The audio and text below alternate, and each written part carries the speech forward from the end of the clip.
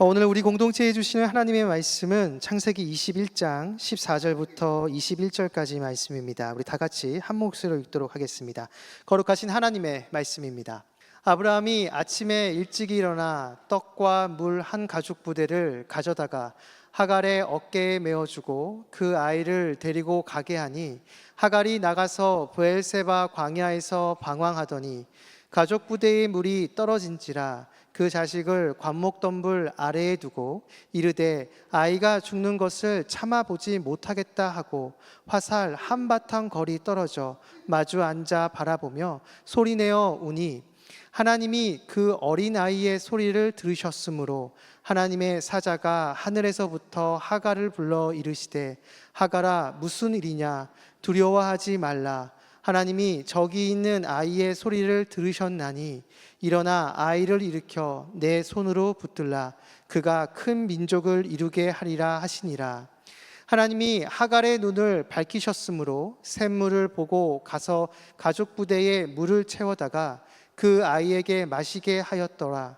하나님이 그 아이와 함께 계심에 그가 장성하여 광야에서 거주하며 활 쏘는 자가 되었더니, 그가 바란 광야에 거주할 때에 그의 어머니가 그를 위하여 애굽 땅에서 아내를 얻어 주었더라.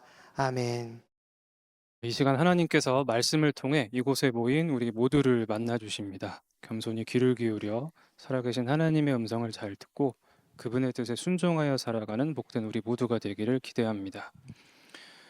우리 살면서 이 정체성을 인식하는 것이 참 중요합니다. 자신이 누구인지 깨달아 알고 또 그 깨달아 안 그 인식 속에서 앞으로 내가 어떻게 살아야 하는지 삶의 방향과 노선을 정하게 됩니다. 이곳에 모인 우리 모두는 공통의 정체성 하나를 가지고 있습니다. 그것은 바로 그 그리스도인이죠. 좀 더 정확히 말하고 엄밀히 말하면 개신교인입니다. 이 개신교는 종교 개혁을 통해서 시작이 되었습니다.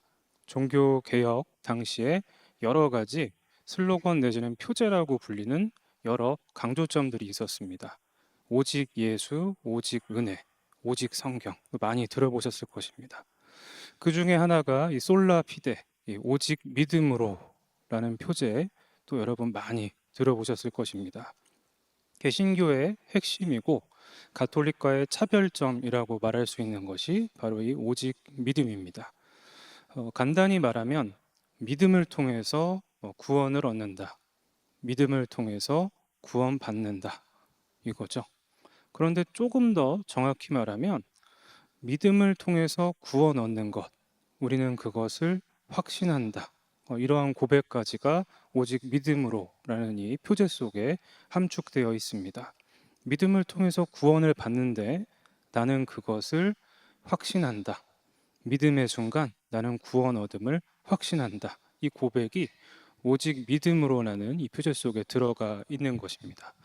우리는 너무나 당연하게 믿음으로 구원 얻지, 나는 믿음을 가지고 있으니까 나는 구원받았어, 구원 얻었어, 나는 천국 갈 거야, 이렇게 생각을 많이 하면서 신앙생활을 합니다. 너무나 익숙한 그런 얘기입니다. 그런데 사실 기독교 역사 지금 2000년이 넘었는데요. 이 기독교의 역사 쭉 지나오면서 믿음으로 구원 얻는다, 우리는 너무나 자연스럽게 알고 있는 이 사실이 사실은 매우 낯선 것이고, 기독교 역사 전체에서 믿음으로 구원 얻는다라고 생각했던 것은 그렇게 오래되지 않았다는 거, 우리가 좀 알 필요가 있습니다. 예수님을 통해서 예수님을 전하던 사도 바울, 그리고 베드로를 비롯한 이런 초기의 사도들을 통해서 기독교가 형성이 되었습니다. 고대 교회라고 부릅니다. 이 고대 교회 시기에 사람들은 어떤 생각을 했냐면, 사도 바울의 로마서나 이런 서신들이 있었지만 대부분의 사람들이, 대부분의 그리스도인들이 우리는 예수님을 믿는 믿음, 그 믿음과 예수님께서 강조하신 선한 행동, 이 선한 행위를, 선행을 같이 해야 구원을 얻을 수 있다, 이런 생각을 초기의 그리스도인들은 가지고 있었습니다.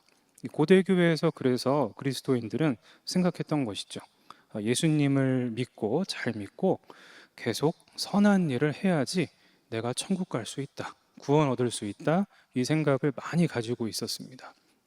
그래서 이 고대교회 그리스도인들, 또 시간이 흘러서 중세에 이르기까지 그리스도인들은 예수님을 믿는 믿음에 더해서 열심히 봉사활동도 하고요, 섬김도 하고요, 다른 사람을 돕는 일들을 쉬지 않고 끊임없이 했습니다. 그래서 이러한 인식 속에서 구원이라는 것은 갑자기 어느 순간 확신하고 확보할 수 있는 것이 아니라 평생, 일평생 내가 추구하고 추진해 나가야 할 일종의 구원의 여정을 나는 살아가는구나. 이렇게 그리스도인들은 생각을 해왔습니다. 바꿔 말하면 선한 일을 하지 않으면 이 구원을 얻지 못한다는 불안감 속에 그리스도인들은 계속 살아야만 했던 것이죠. 엄청난 심리적인 부담이었을 것입니다. 우리는 사실 난 예수님 믿는다. 그러면 난 천국 갈 것이다. 이렇게 확신을 갖고서 선한 일을 안 할 때가 굉장히 많습니다. 선택이지 뭐 이러면서 안 하는데 이 고대 교회 때부터 그리스도인들은 계속 예수님을 믿고 또 거기에 더해서 나 선한 일을 해야 돼. 이런 생각 속에 계속 부담을 갖고 신앙생활을 해왔던 것이죠. 이러한 생각은 13세기 때 더 극에 달했습니다. 그때 고대 그리스의 유명한 철학자 아리스토텔레스의 철학이 아주 뒤늦게 중간에 인기가 없다가 13세기가 돼서 인기를 다시 끌게 되면서 이것이 기독교 신학에 들어오게 되었습니다. 토마스 아퀴나스라는 중세의 유명한 신학자에 의해서 아리스토텔레스 철학이 기독교 신앙과 결합이 됐습니다. 이 아리스토텔레스는 인간은 가능성을 가진 뛰어난 존재다. 이런 생각을 가지고 있었습니다. 그래서 어떤 선한 일들을 열심히 습관화하고 반복을 하면 더 나은 인간이 될 수 있다. 이런 사고 체계를 가지고 있었습니다. 이 생각이 기독교 신앙 안에 들어오면서 안 그래도 예수님 믿는 믿음에 선한 일을 해야 된다. 이게 사람들 생각 속에 있었는데 그게 더 강화가 된 거죠. 열심히 선한 일을 하고 노력을 하고 공로를 쌓으면 나는 구원에 이를 수 있을 것이다. 이런 생각이 13세기 이후 기독교 신앙 안에 들어오게 되었습니다. 우리가 지금 가톨릭이라고 부르는 그 신앙 체계 자체가 바로 이제 이것과 연결되어 있는 것이죠. 그런데 이러한 신앙의 체계 속에서 신앙생활을 하던 사람들이 정말 많은 부담을 느꼈습니다. 내가 열심히 예수님 믿고 선행을 베풀고 살고 있는데 나는 과연 구원을 얻을 수 있을까? 이런 고민을 많이 했습니다. 이런 고민을 한 대표적인 사람이 바로 마르틴 루터입니다. 루터는 내가 수도사로서 예수님 정말 열심히 믿고 선행 열심히 하고 내가 금욕적인 활동들도 열심히 하는데 과연 나는 구원을 얻을 수 있을까? 확신을 갖지 못했습니다. 선행이 부족하다라고 루터는 느꼈습니다. 수도사임에도 불구하고요. 그러다가 로마서를 읽으면서 이 루터는 새로운 세상을, 신앙의 새로운 차원을 발견하게 됐습니다. 선행을 통해서 구원 얻는 것이 아니라 믿음을 통해서 구원 얻는 것이구나. 사도 바울의 이 로마서를 읽고서 그 지금까지 가지고 있던 고민, 지금까지 가지고 있던 부담에서 해방되는 경험을 루터는 하게 된 것이죠. 거기서부터 비로소 믿음을 통해서 구원 얻는다. 평생 예수님 믿고 선행을 켜켜이 쌓아가지고 구원의 여정 걸어가는 것이 아니라 예수님의 십자가 죽음의 의미를 분명히 믿는 그 믿음을 통해서 구원을 얻고 또 그것을 확신할 수 있다라는 가르침이 바로 거기로서부터 비롯된 것입니다. 그래서 루터의 후예라고 우리는 할 수 있습니다. 개신교인인데요. 신앙생활에 나가면서 믿음을 통해서 난 구원 얻는다. 이런 확신을 가지고 우리 신앙생활을 하고 있습니다. 그런데 여기서 한 가지 오해가 생깁니다. 이 믿음이라는 거, 믿으면 구원 얻고 좋은 거다. 이런 생각을 가지면서 그래, 내가 의식적으로 믿어야지. 예수님을 십자가를 믿어야지. 이런 생각을 하게 됩니다. 내가 어떤 나의 힘을 들여가지고 내 의지로 믿으려고 하는 그런 생각을 가지게 됩니다. 그런데 루터의 개신교 전통에서는 사실 이 믿음이라는 것이 절대 사람의 의지로 되는 것이 아니라는 걸 알 수가 있습니다. 믿음은 수동적인 겁니다. 하나님이 선물로 주셔야 비로소 믿을 수 있는 겁니다. 그게 본래 믿음의 의미입니다. 왜냐하면 루터가 말하길 인간은 죄인이죠. 우리 모두가 죄인입니다. 하나님은 인간이 죄인이 된 것을 마음 아파하셨습니다. 왜냐하면 인간을 처음에 선하게 만드셨거든요. 친하게 지내고 싶어 하셨고 친교하고 싶으셨습니다. 그런데 인간은 하나님과 무관하게 살겠다, 분리돼서 살겠다라는 의지를 표출하면서 하나님과 분리됐습니다. 가까이 올 기미가 전혀 안 보였기 때문에 하나님께서 먼저 인간에게 다가오셨습니다. 예수님의 십자가 죽음을 통해서 죄 용서의 기회, 화해의 기회를 인간에게 먼저 만들어 주셨고요. 또 인간 각자에게 믿음이라는 선물을 주입을 시켜 주셨습니다. 하나님께서 믿음을 주셨습니다. 인간이 다가갈 수가 없는데 하나님이 먼저 장을 만들어 주시고 믿음까지 주신 겁니다. 그래서 인간은 하나님이 주신 그 믿음 받아가지고 조금 이제 반응하는 겁니다. 하나님께 조금 다가가면서 믿음으로 이렇게 응답하는 거. 루터는 이것이 믿음의 기본 구조라고 얘기를 합니다. 그래서 하나님이 먼저 장을 만들어 주시고 주입해 주시고 선물해 주신 그 믿음 가지고 조금 이렇게 손을 내미는 우리들의 모습, 그리스도를 붙잡는 믿음, 이것이 바로 개신교에서 말하는 믿음의 본질인 것이죠. 이런 믿음은 크게 두 가지 차원을 가지고 있습니다. 한 가지는 지적인 동의의 차원을 가지고 있습니다. 삼위일체 하나님이 누구신지, 그리고 예수 그리스도의 십자가 죽음이 무엇을 의미하는지 그것을 이해하고 동의하는 것, 이것을 믿음의 하나의 차원이라고 말을 할 수가 있습니다. 믿음은 이런 지적인 이해와 동의, 또 한 가지 차원을 가지고 있는데 그게 오늘 매우 중요합니다. 바로 하나님을 의지하고 의존하는 것.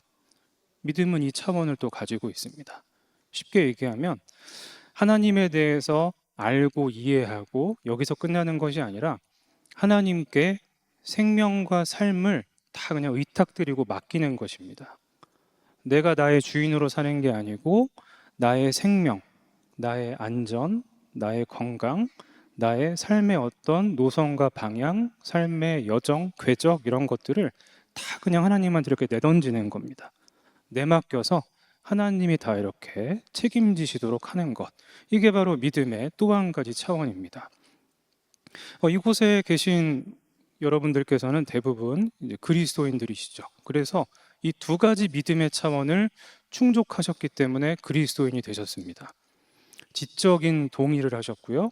하나님께 의지하고 의존하는 믿음의 모습을 보여주심으로 그리스도인이 되셨습니다. 그런데 그리스도인은 여기서 끝나는 것이 아니라 날마다 이 두 가지를 계속해야 됩니다. 말씀 묵상, 또 예배 참석, 설교를 들으면서 계속 성경에 대해 배워 나가면서 지적인 이해와 동의를 해야 됩니다. 아, 이런 말씀이 있구나.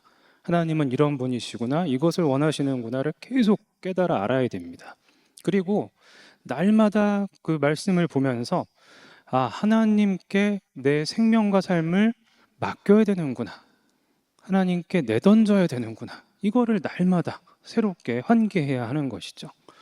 오늘 하나님께서는 감사하게도 이 두 가지 믿음의 차원 중에 후자, 우리의 삶과 생명을 하나님께 의탁드리는 것, 하나님을 의지하고 의존하는 그 믿음의 차원에 대해서 더 깊이 알아갈 수 있는 기회를 하나님께서 오늘 허락해 주셨습니다.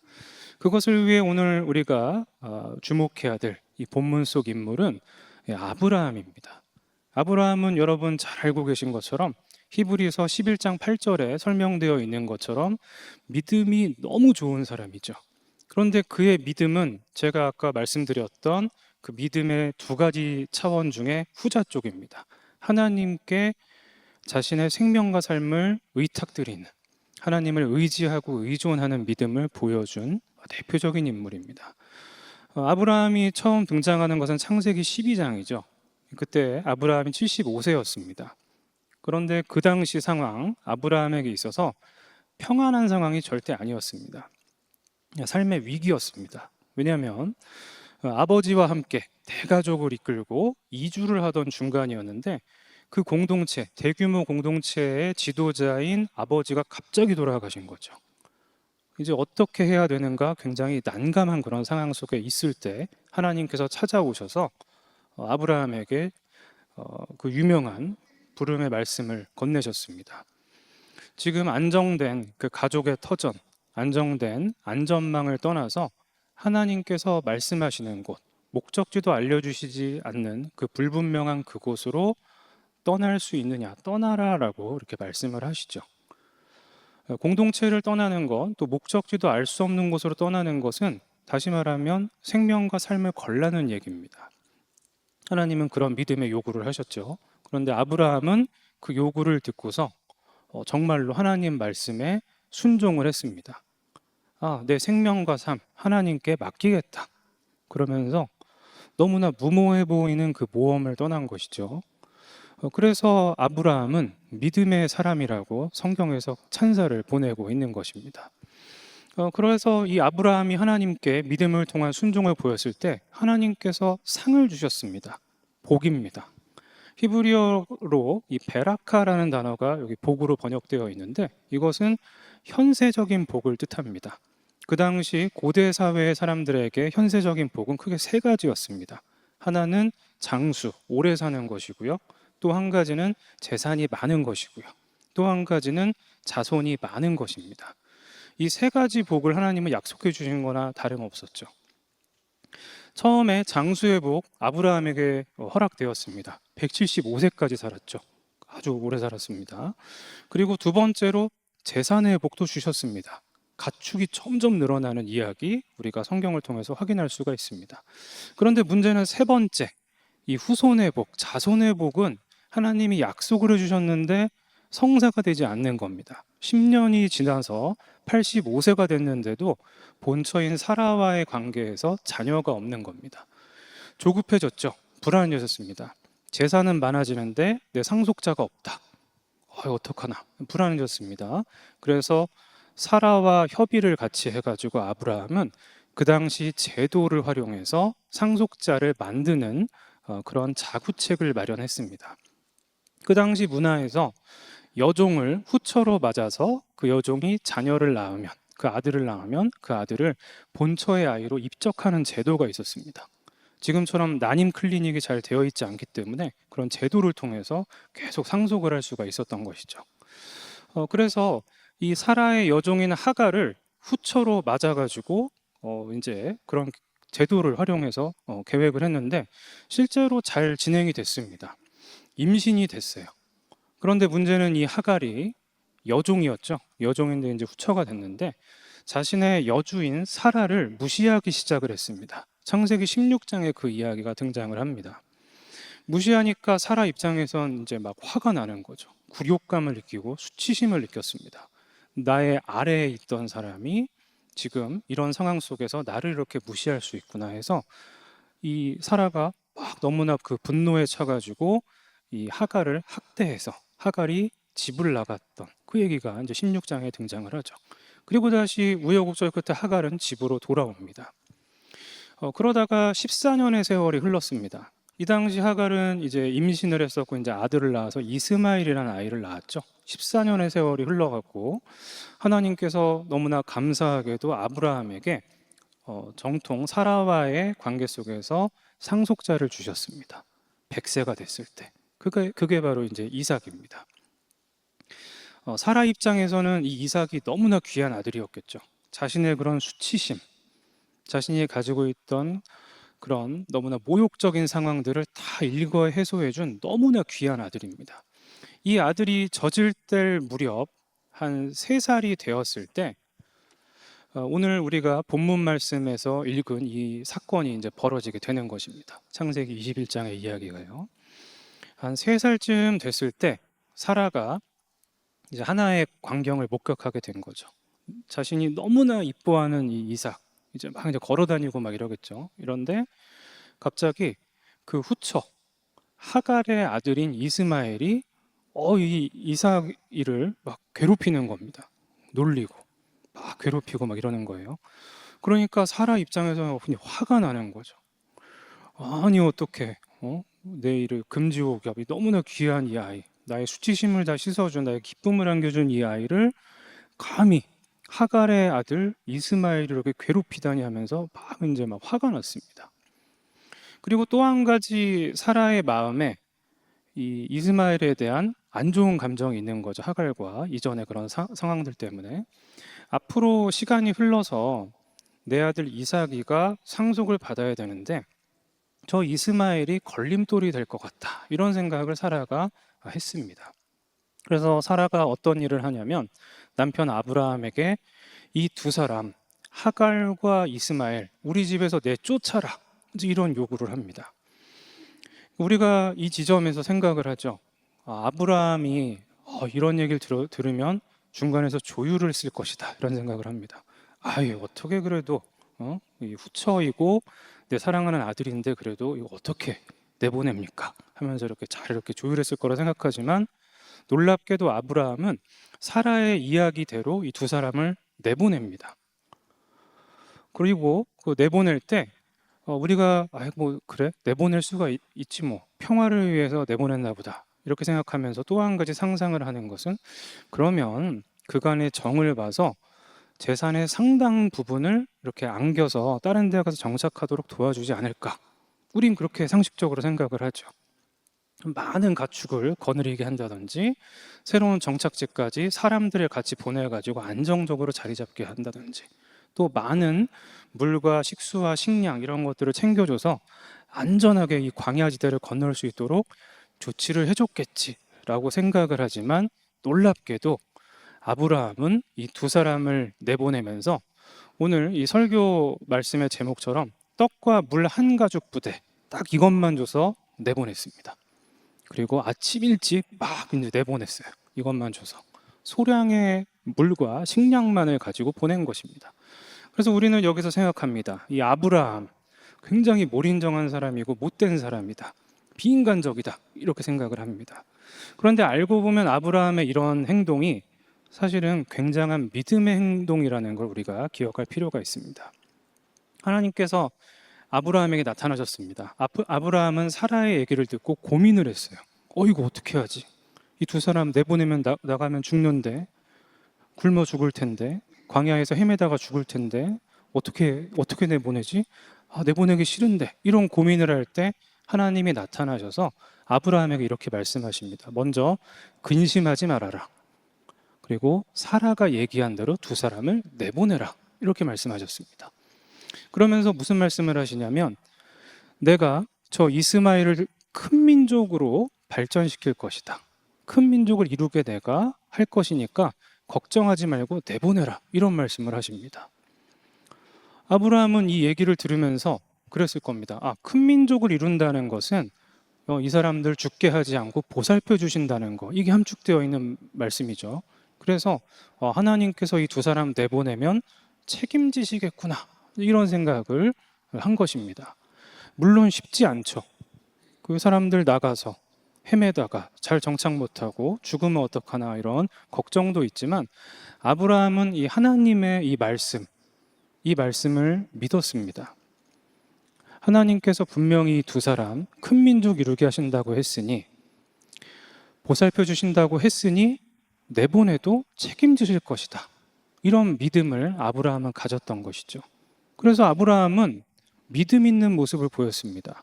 소량의 물과 식량만 줬습니다. 하나님께서 책임지실 것이다. 약속하셨으니까. 조금의 물, 조금의 떡만 줘도 이 사람들 하나님께서 살리실 것이다. 나는 믿는다. 라고 하면서 소량의 떡과 물 한 가죽 부대만 두 사람에게 들려서 내보낸 것입니다. 놀랍게도 이 두 사람 금방 식량이 떨어졌죠. 그런데 하나님께서 이 두 사람 돌보아 주셔서 잘 생존하고 더 나아가서 큰 민족을 이루게 된 것을 우리는 성경을 통해서 알 수가 있습니다. 이 이야기는 우리들에게 매우 중요한 교훈을 안겨줍니다. 아브라함은 하나님으로부터 쉽게 따르기 어려운 말씀을 들었습니다. 그런데 하나님을 믿고 의지하는 마음으로 그냥 그 말씀 실행에 옮겼습니다.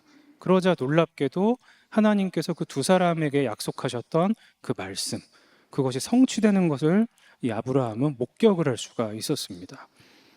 하나님께서 우리들에게도 깊은 고민을 안겨주는 말씀을 자주 전달해 주시죠. 쉽게 따르기 어려운 말씀을 들려주십니다. 이 말씀대로 하면 내가 손해볼 것 같은데, 내가 피해볼 것 같은데, 내가 이거 해도 실패할 것 같은데, 실현 가능성이 없을 것 같은데, 이제 이런 말씀을 우리에게 주실 때가 있습니다. 그래서 우리는 머뭇거립니다. 하지 못하죠. 실행에 옮기지 못합니다. 그런데 하나님께서는 오늘 말씀을 비추어 우리에게 하고 싶으신 말씀은 그런 말씀, 하나님을 믿고 하나님께 생명과 삶을 내던지는 마음으로, 하나님께 맡기는 마음으로 실행에 옮길 것을 우리에게 요청하고 계십니다. 그렇게 우리가 하나님을 믿으면서 실현 가능성이 없어 보이는 말씀, 실패할 것이 뻔히 보이는 그런 말씀, 피해볼 것 같은 말씀, 손해볼 것 같은 말씀, 그것 순종할 때 하나님께서 놀랍게도 그 일들을 통해서 좋은 것들을 우리에게 허락해 주신다는 것이죠. 말씀의 성취를 우리들에게 허락해 주신다는 것입니다. 오늘 이 말씀을 주신 것은 아마도 우리들 중에 하나님께서 계속 말씀하시는데 이거 못하겠습니다 하고 머뭇거리는 마음이 우리 가운데 있기 때문에, 그래도 그런 분들이 계시기 때문에 아마 하나님께서 이 말씀을 주시는 것일 것입니다.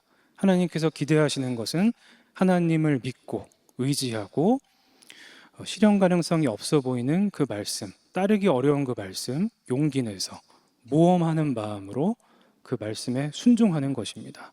그럼 하나님께서 그 말씀이 이루어지는 것을 우리들에게 경험케 하실 것입니다. 오늘 말씀은 그 약속입니다.